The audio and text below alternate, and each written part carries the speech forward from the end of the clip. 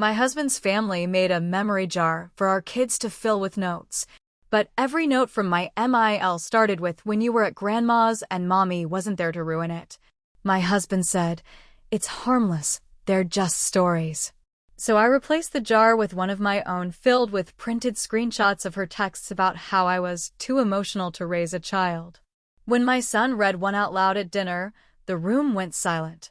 I didn't grow up dreaming about revenge. I used to think people who held on to anger just made their lives worse. But then I married into Matt's family, and I learned what it feels like to be slowly erased, one smile, one joke, one note at a time. I'm 36. I live in Lincoln, Nebraska, with my husband, Matt, and our two kids, Jamie, who's 7, and Lily, who's 5. I work part-time at a dental office and spend the rest of the time managing school pickups, sports, meals, and the general chaos of being a mom. I've always been pretty organized. A little serious maybe, but I'm warm with my kids. I'm not the silly mom, but they know I love them more than anything. Matt's mom, Cheryl, never liked me. From the beginning, she had this way of smiling while cutting you down. "Oh, you don't wear makeup? You're lucky Matt likes natural." Or, "Your mom's not involved in your life?" That's so sad. No guidance growing up must have been tough. She said things like that to my face. You can imagine what she said behind my back. Matt always brushed it off.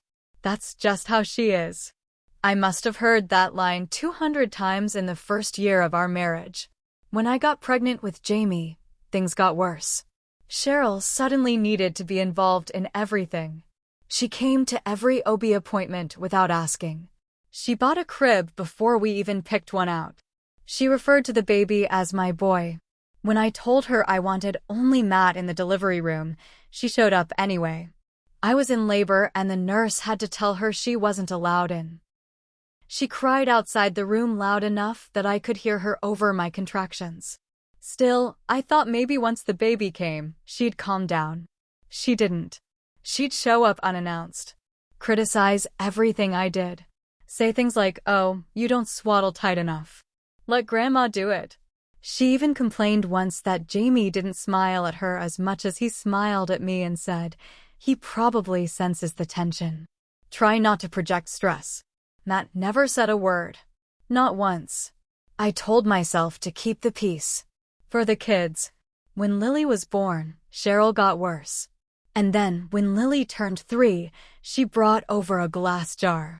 She called it the memory jar. She explained that everyone in the family would write down little memories and put them inside. One day, when the kids are grown, they can read all the stories and remember how loved they were. I thought it was sweet. She even brought the little folded notes already written. I didn't look too close at first. I added my own memories.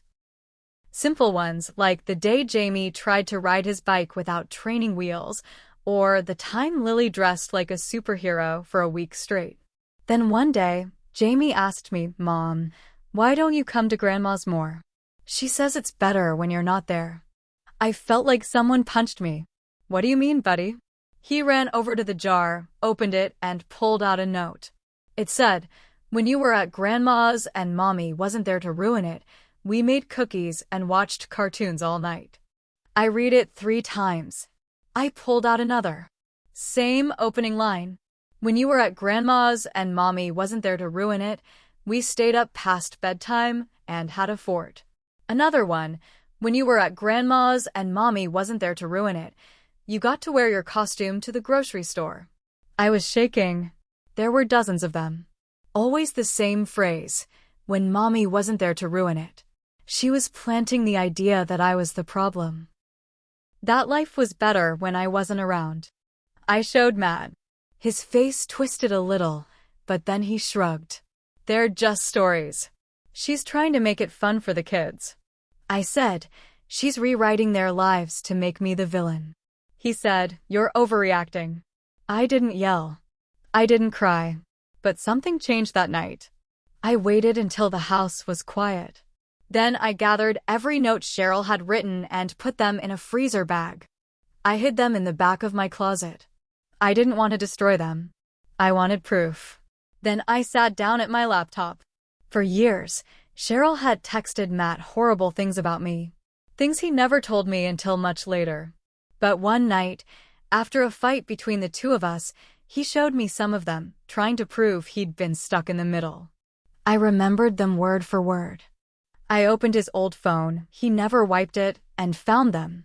She's too emotional to raise children. I wish he'd married literally anyone else.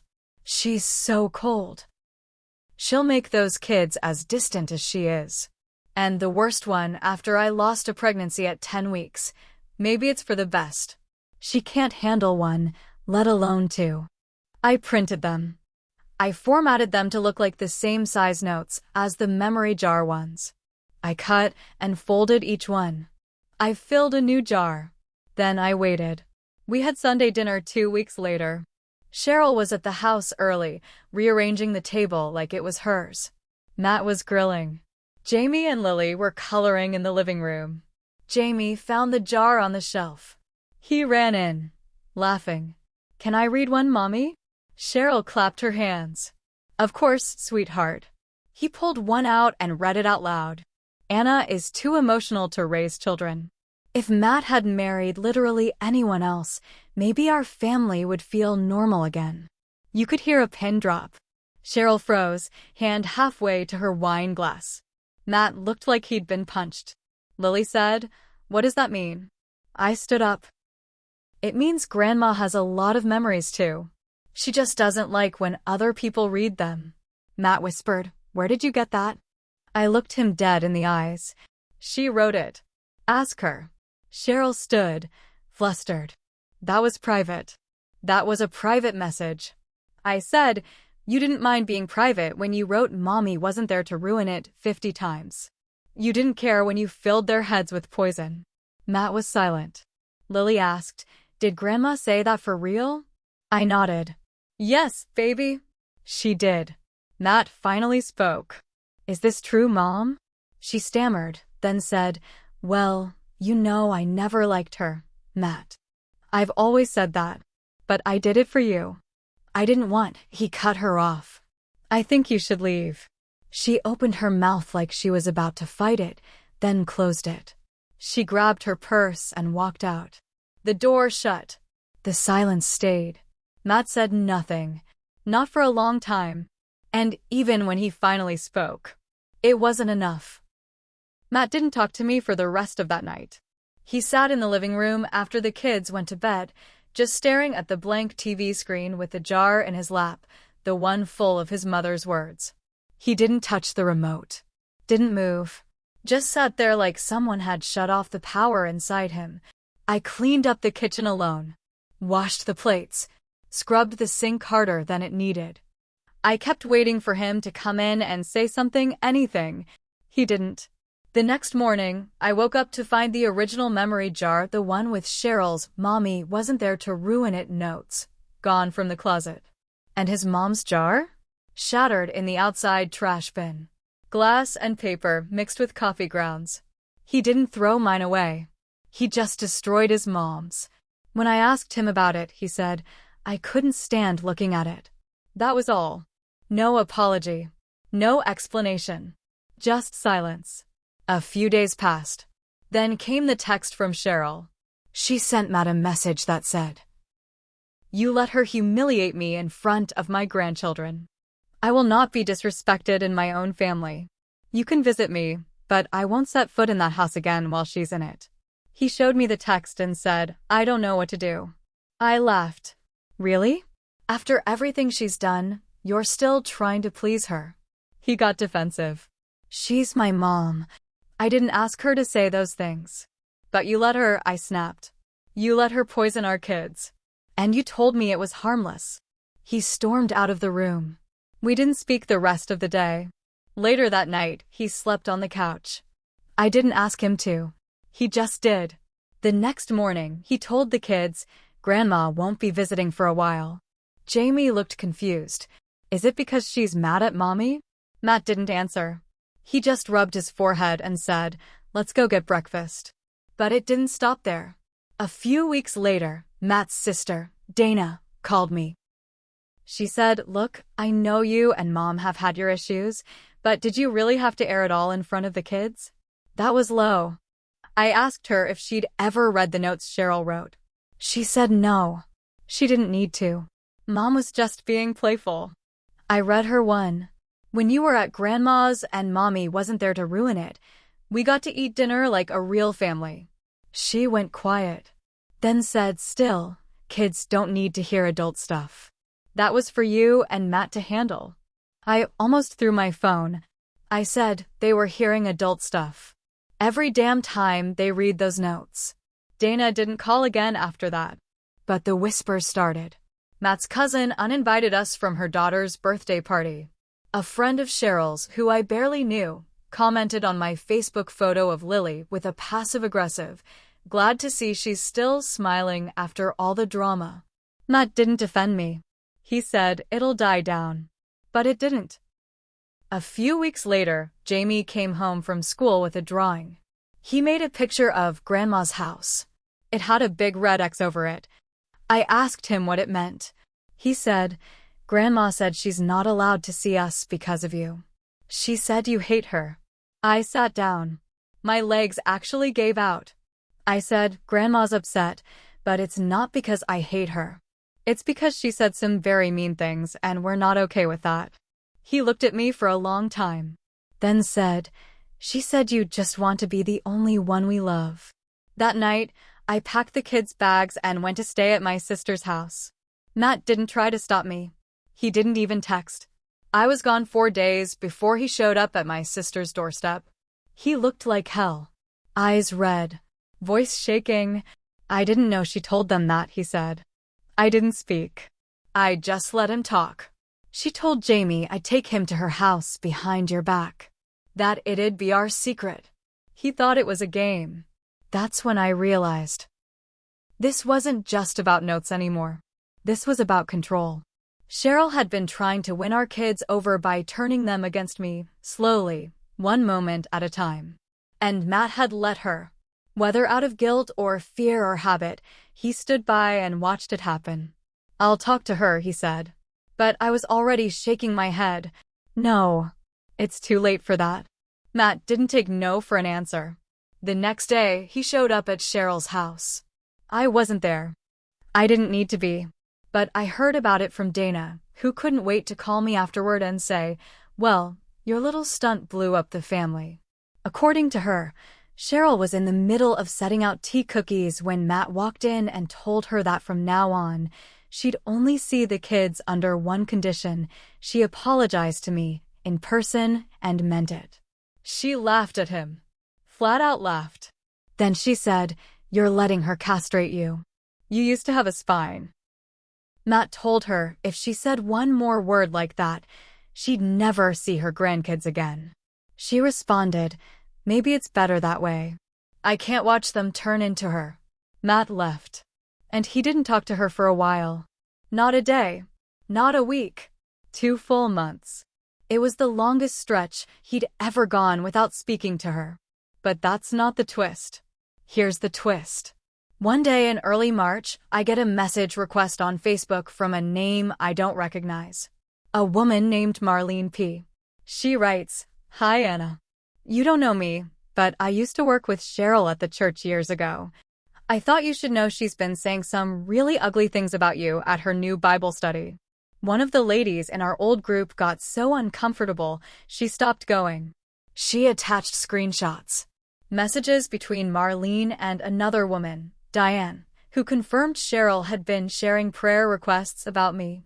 But they weren't prayer requests. They were straight-up character assassinations. "Please pray for my son's wife. She's cold and unstable. I worry for the children. She's keeping the kids from me because she's bitter. It's a power play. Matt is stuck with her, poor thing. But he's finally waking up." These were being passed around among a group of women in a church Facebook group. I called Matt. He was quiet for a long time after I read the messages. Then he said, "I need to see them for myself." I sent them over. Later that night, he drove to her house without telling me. According to what he told me after, she tried to deny it at first. Said someone must have misunderstood her. But when he showed her the screenshots, she folded.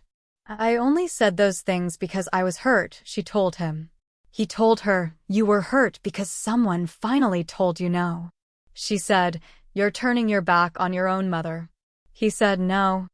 I'm protecting my wife and my children from a bitter woman who's been trying to make them hate their mother. And he left. Again. But this time, Cheryl didn't go quiet. She escalated. A week later, we got a letter in the mail. It was from Cheryl's attorney. She was suing for grandparent visitation rights. That's when it all exploded. Matt brought the letter into the house like it was radioactive. He didn't even speak at first. Just handed it to me and sat down on the edge of the couch, head in his hands. His face looked drained, no color in his cheeks, like someone had pulled the plug on him. I read the letter twice. Cheryl had actually filed for grandparent visitation rights in Nebraska court. She wanted legal access to Jamie and Lily. Claimed I was emotionally unstable and was cutting off a long-standing bond between her and her grandchildren. She even attached photos, smiling with the kids, old Christmas cards, that kind of thing. But that wasn't the worst part. She included a signed statement from Dana backing her up. Dana wrote that I'd exhibited hostile behavior, that I controlled Matt through guilt, and that Cheryl had always been a steady, loving presence in the children's lives. I lost it. I wasn't even mad. Not at first. I was cold. I was still. It was like something inside me had finally snapped clean. I didn't cry. I didn't shout. I just stood in the middle of our kitchen and said, she wants a war. Fine. She's getting one. Matt said nothing. He knew better now. So I got a lawyer. I pulled every screenshot, every text, every email, every note from that first jar. I got statements from the school counselor Jamie had talked to after Grandma told him Mommy doesn't want you to be happy. I even got my sister to write an affidavit about the day I showed up at her door with the kids because Jamie thought we didn't want him to love Grandma. But I didn't stop there. I remembered something from Matt's old phone. An email Cheryl sent years ago, after our miscarriage, to one of her church friends. Matt had shown me back when he was trying to explain how she just processes things badly. The email said, I know it sounds terrible, but maybe God is giving him a second chance. That baby would have trapped him. Maybe this is how things were supposed to go. I printed it. My lawyer said it was ugly, but powerful. Cheryl's lawyer kept trying to settle. Offered scheduled visits, supervised drop-offs. We said no. Then she tried media. Someone from the local paper emailed me. They'd gotten an anonymous tip about a young mother cutting her Christian in-laws out of her children's lives. I knew exactly where it came from. It didn't get published, but it told me Cheryl was scared. The court date came. Matt testified. He finally told the whole truth. Told the judge how his mother had been undermining me for years. How she pushed her way into our lives and tried to replace me in our children's memories. How she turned family into sides and poisoned the people around us. I testified too. I didn't get emotional. I was calm. I told them what happened, step by step. I brought every piece of proof. And I ended with one simple line. This is not about love. This is about control. And I won't hand my children over to someone who sees me as the enemy. The judge ruled in our favor. Cheryl got nothing. No visitation. No supervised meetups. No contact unless we initiated it. After the ruling, Cheryl walked out of the courtroom ahead of us. Didn't say a word. Dana tried to approach Matt. He told her to go to hell. We left as a family. But that's not the end. Because even though we won, something changed in me. I realized I had spent years keeping the peace, making myself small so others could feel big. I let people walk over me while I smiled and called it patience. I was done. I started therapy. I stopped trying to fix Matt's silence. I told him if he ever again puts keeping the peace above protecting our family, we're done. No fights. No drama. Just over. He believed me. We rebuilt slowly. He started being more present, defending me, being the father our kids needed. But it took time. Jamie still asks about Grandma sometimes. We tell the truth, carefully. That sometimes people we love say and do hurtful things, and when they don't stop, we have to keep our distance to protect ourselves. Lily doesn't ask. She remembers. The other night, she handed me a folded paper. It was a drawing me, her, and Jamie holding hands. At the top she wrote, "When Mommy was there, it was better." I kept it, right next to the jar. The real one. The one I filled myself with the truth. The original jar? Shattered. Just like the story she tried to write. She thought she could erase me. Instead, she erased herself.